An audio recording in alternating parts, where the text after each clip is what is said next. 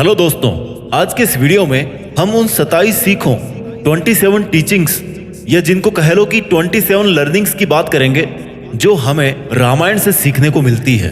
इन 27 सीखों को मैं आपको एकदम सिंपल हिंदी, इंग्लिश या उर्दू जो भी शब्द मुझे मिलेगा उन शब्दों में मैं आपको समझाने की पूरी कोशिश करूंगा। इसलिए अगले कुछ मिनट्स आप मेरे एक एक शब्द को ध्यान से सुनना और समझना। बिना समय बर्बाद किए आइए चलते हैं आज की हमारी रामायण की 27 सीखों पर। बिना समय बर्बाद किए बढ़ते हैं इतिहास के उस सबसे बड़े ग्रंथ के ज्ञान के खजाने की तरफ जो स्वयं पुरुषोत्तम भगवान श्री राम की रामायण के अंदर साफ नजर आता है। और इन 27 सीखों को, बातों को कोई भी इंसान बड़ी आसानी से समझकर और आसानी से फॉलो करके जीवन में वो सब पा सकता है जो वो प्राप्त करना चाहता है। चाहे रिश्तों में खुशी बनाना हो, चाहे अच्छे दोस्त बनाने हो, चाहे जीने का तरीका सीखना हो, चाहे सफलता पानी हो या चाहे लाइफ में ग्रोथ करनी हो, या चाहे अपनी जिंदगी में सब कुछ अचीव करना हो या मन को शांत करना हो। रामायण से बढ़कर कोई शांति प्रिय ग्रंथ इस दुनिया में और कोई दूसरा हो ही नहीं सकता। इसको हर परिवार में हर सदस्य के द्वारा हमेशा पढ़ा जाना चाहिए और इससे मिलने वाली इन सीखों को हमेशा फॉलो करना चाहिए। सीख नंबर 1, हमेशा सत्य की जीत होती है। चाहे झूठ कितना ही बड़ा हो, चाहे सत्य कितना ही कमजोर लग रहा हो, लेकिन आखिर में जाते जाते सत्य अपनी ताकत दिखा देता है और झूठ बहुत फीका पड़ जाता है, सबके सामने आ जाता है और हार जाता है। पूरे रामायण से केवल एक सीख निकालने को अगर आपको बोला जाए तो इस लाइन को याद रखना। इस लाइन में इसका पूरा अर्थ निकल जाता है कि अच्छाई की बुराई पर हमेशा जीत ही होती है। रावण बहुत बड़ा योद्धा था, उसके पास बहुत सारी ताकत थी, भगवान शिव से वरदान प्राप्त था अमर रहने का, लेकिन उसके हारने की केवल और केवल एक वजह थी कि वो बुराई के साथ था, वो अच्छाई के साथ नहीं था, वो सत्य के साथ नहीं था। इसलिए रावण इतना ताकतवर होके भी श्री राम के द्वारा मारा गया। सीख नंबर 2, हमेशा विनम्र बने रहो। जब भगवान श्री राम ने हनुमान जी को भेजा कि जाओ एक बार देख के आओ कि लंका कैसी है और सीता को कहाँ रखा है, तो हनुमान जी अपनी योग माया से और अपनी ताकत से माता सीता के पास पहुंच गए। उनमें बहुत ताकत थी, पूरा पहाड़ उठा के ले आए थे लक्ष्मण जी को बचाने के लिए। तो सीता माता को तो आराम से कंधे पर बिठा के ले आते, उड़कर आ जाते, लेकिन वे विनम्र बने रहे।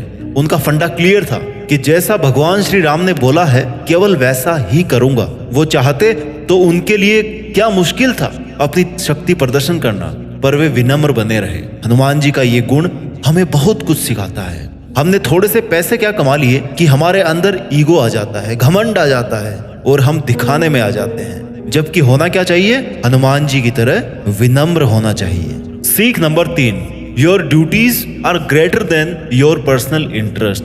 आपके निजी स्वार्थों से कहीं ज्यादा बड़ी है आपकी जिम्मेदारियां। भगवान श्री राम को पुरुषोत्तम क्यों कहा जाता है? क्योंकि श्री राम से ज्यादा उत्तम कोई और पुरुष है ही नहीं इस सृष्टि में।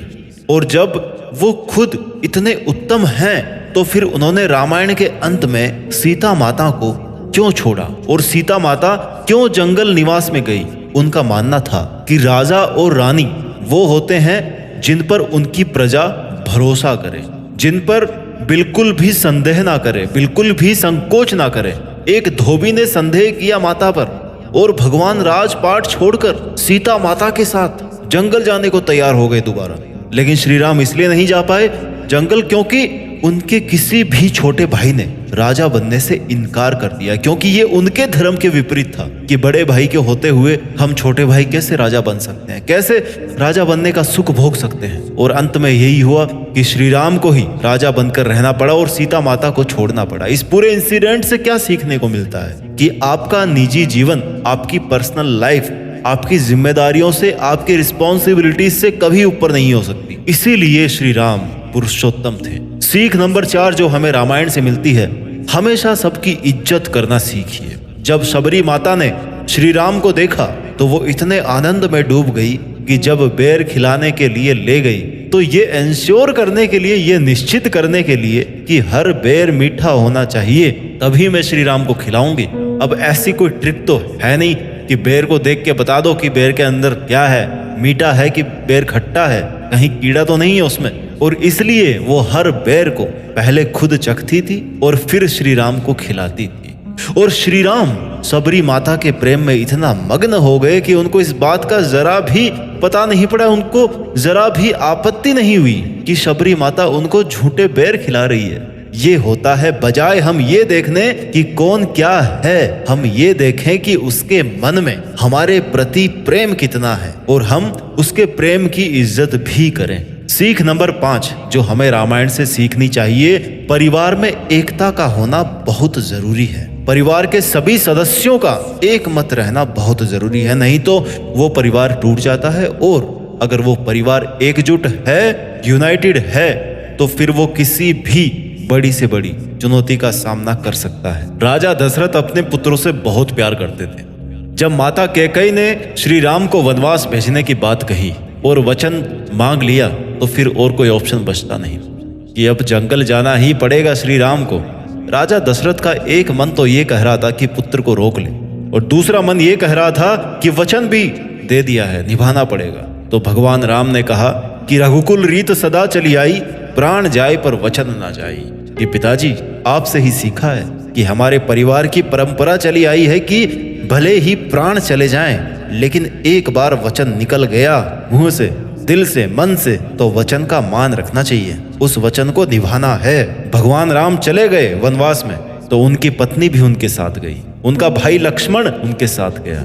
जब वो सब जंगल चले गए तो राजा दशरथ ने दुख ही दुख में अपने प्राण त्याग दिए, जिससे पता पड़ता है कि वो कितना प्रेम करते थे अपने पुत्र से, कितना प्रेम था उनके परिवार में। और जब दशरथ स्वर्ग चले गए तो अब राजा कौन बने?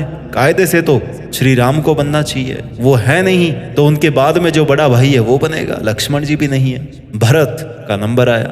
आजकल की पॉलिटिक्स होती तो आराम से बन जाते भरत, लेकिन श्री राम के भाई भरत ने श्री राम की चरण पादुकाएं यानी कि उनकी चप्पल को सिंहासन पे रखकर भगवान श्री राम के नाम पर राज्य का कार्यभार संभाला और कभी भी अपने आप को राजा नहीं माना, कभी भी अपने राज्य पर आंच नहीं आने दी।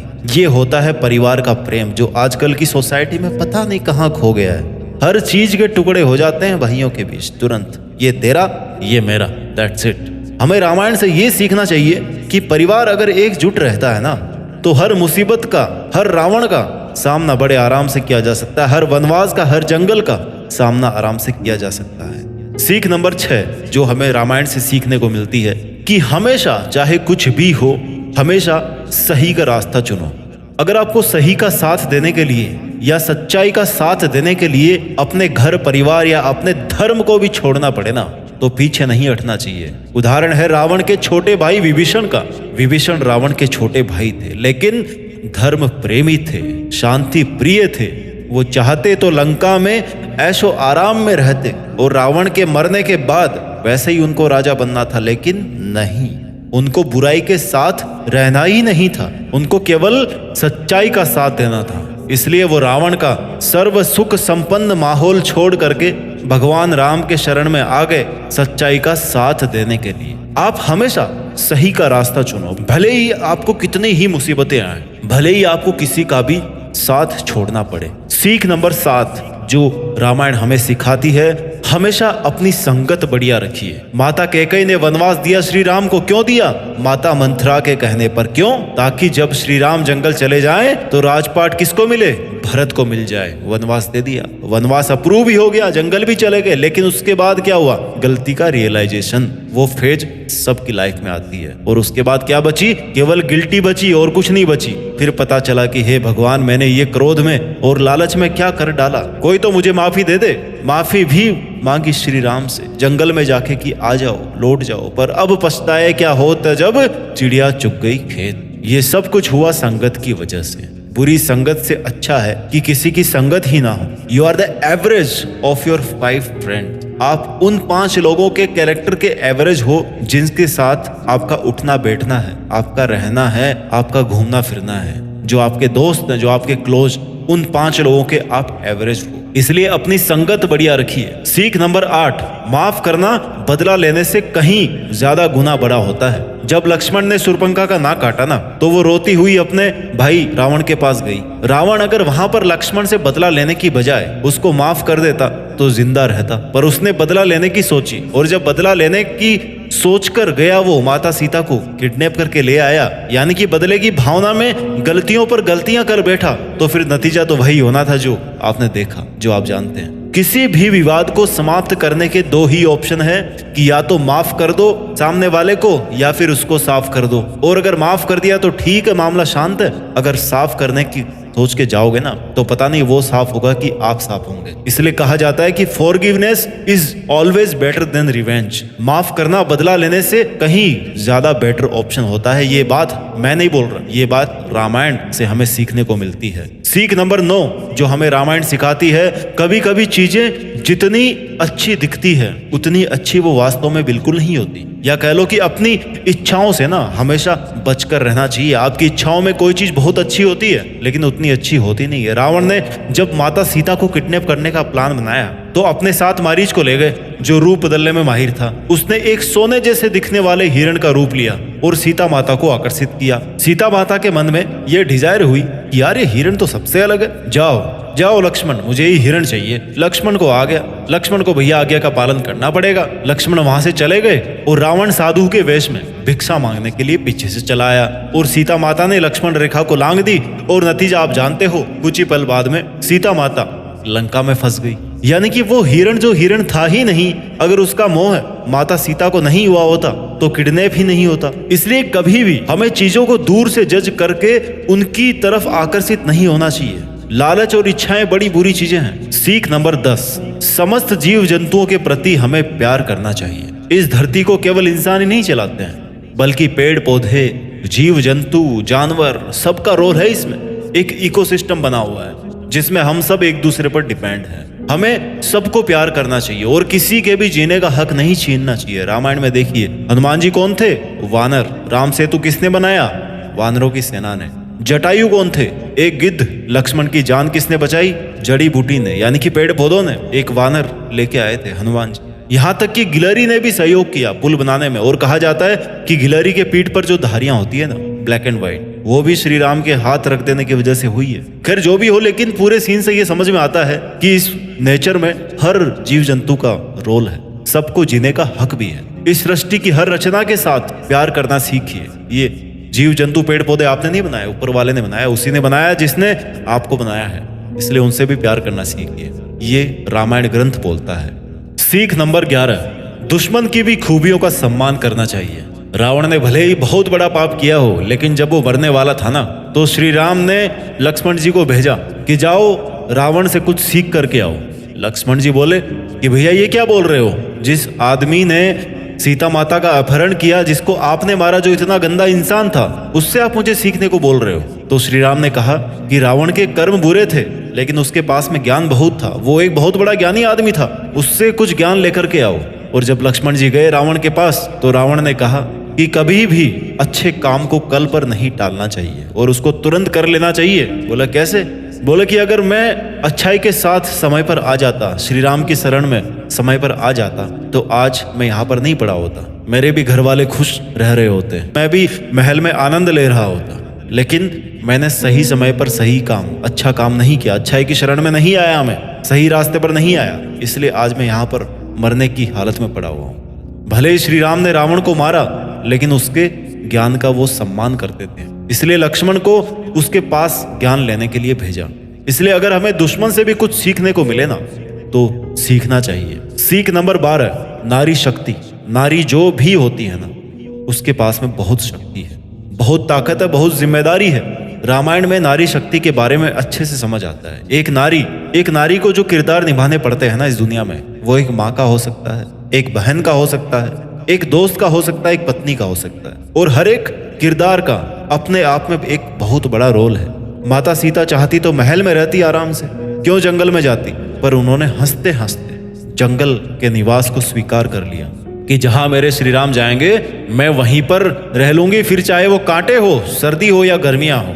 उन्होंने लंका में रहते हुए भी पत्नी धर्म को बहुत अच्छे से निभाया और एक मिसाल पेश की। सीख नंबर 13 जो हमें रामायण से सीखने को मिलती है, रिश्ते पैसों से ज्यादा बढ़कर है।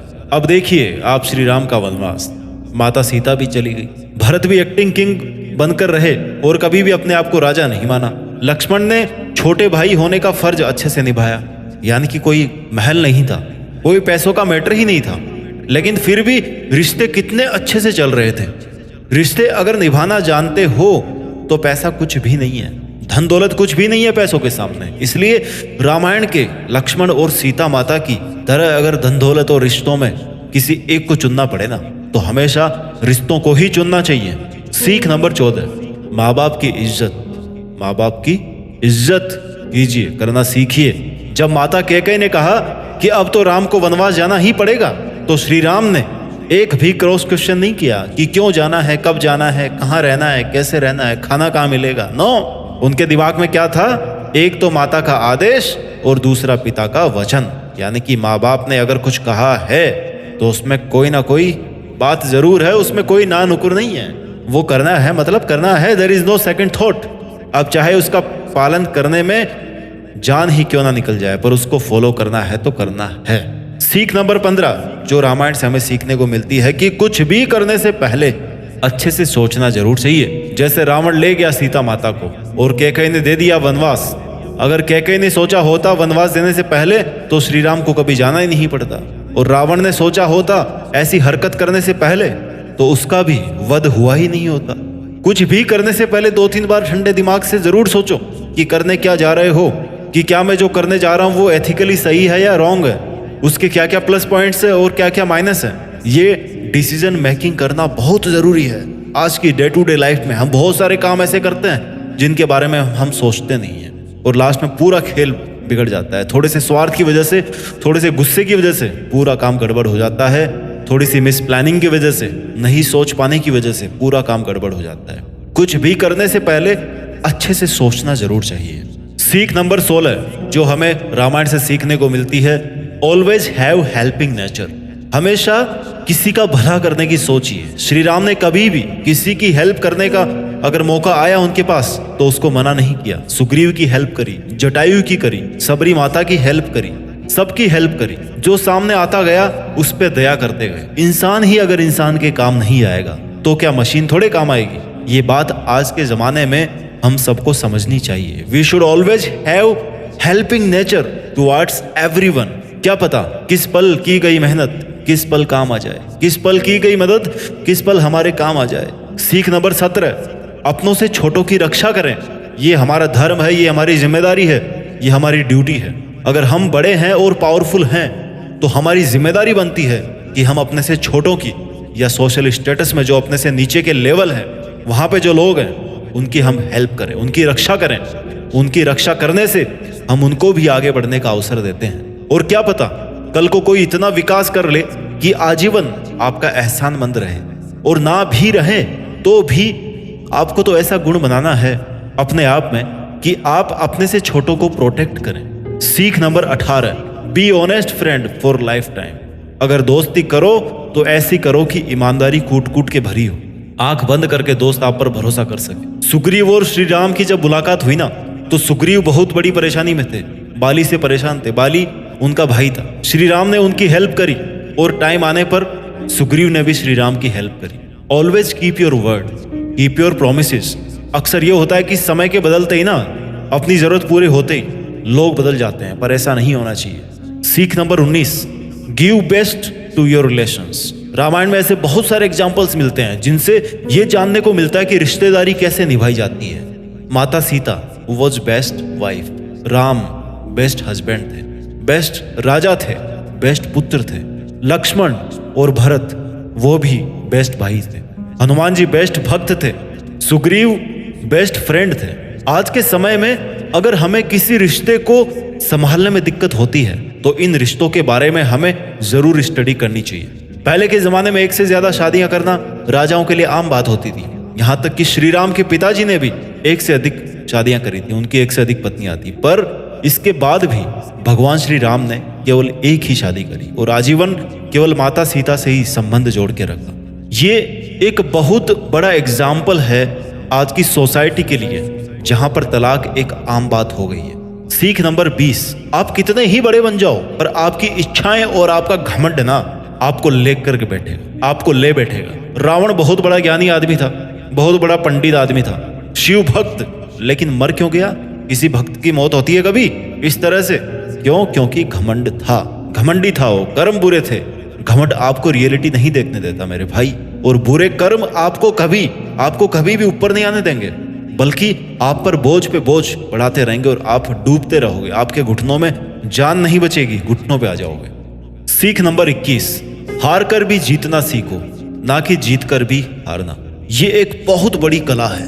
जीत कर भी हार गए तो क्या जीते, और हार कर भी जीत गए तो क्या खूब जीते।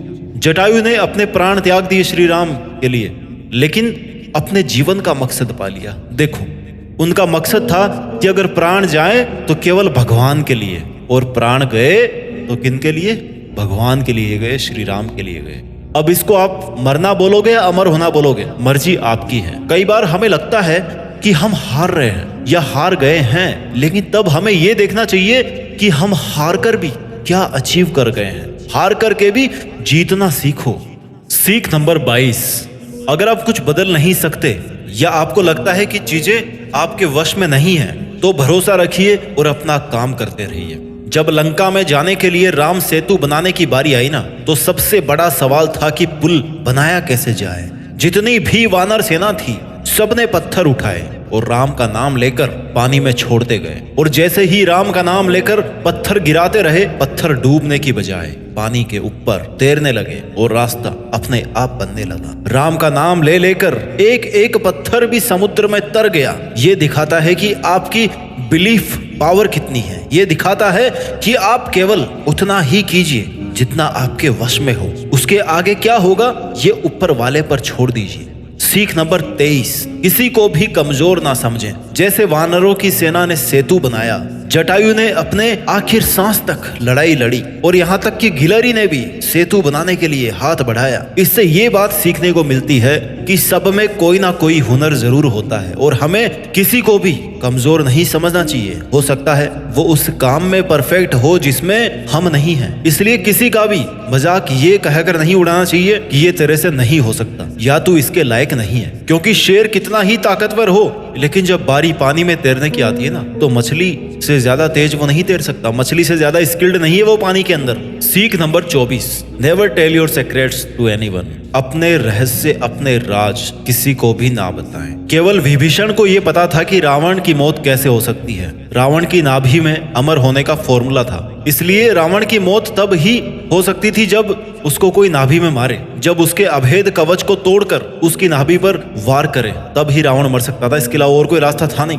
ये राज रावण ने विभीषण को बताया था, विभीषण को पता था इस राज का। अगर रावण के पॉइंट ऑफ व्यू से देखा जाए तो उसका विभीषण को ये राज बताना सबसे बड़ी भूल थी उसकी लाइफ की, जो उसकी जान ले बैठी। क्योंकि अगर वो विभीषण को कभी ना बताता कि उसकी मौत केवल उसकी नाभि से हो सकती है, तो वो शायद कभी मरता ही नहीं। हालांकि जो भी हुआ सच्चाई के पॉइंट ऑफ व्यू से उसको होना ही था, बट कहानी बहुत लंबी चलती अगर रावण का राज खुद रावण विभीषण को कभी नहीं बताया होता तो। सीख number 25, have faith on your team. Shri Ram की सेना में कौन थे? वानर, मतलब बंदरों की सेना। रावण की सेना ने तो यह कह के मजाक उड़ाया था हनुमान जी को कि देख, तुम्हारे राम की सेना में कौन है? तुम्हारे जैसे बंदर है क्या?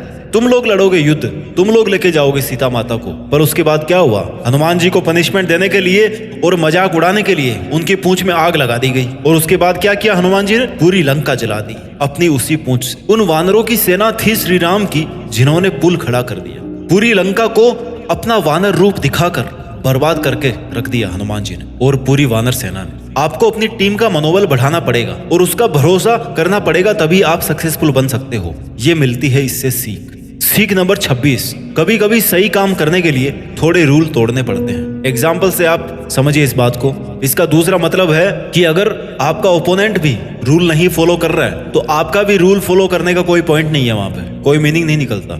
जब श्री राम ने धोखे से बाली पर वार किया, बाली को तीर से मारा और बाली मरने वाला था, तो बाली ने पूछा कि आप तो मर्यादा पुरुषोत्तम श्री राम हो ना, तो फिर आपने पीठ पीछे वार क्यों किया? तो श्री राम ने जवाब दिया कि जब तुमने सुग्रीव को परेशान करने में कोई रूल फॉलो नहीं किया, तुमने कोई कसर नहीं छोड़ी, तुमने सब रूल फेल कर दिए, तो मैं तुम्हारे सामने क्यों रूल फॉलो करूंगा भाई?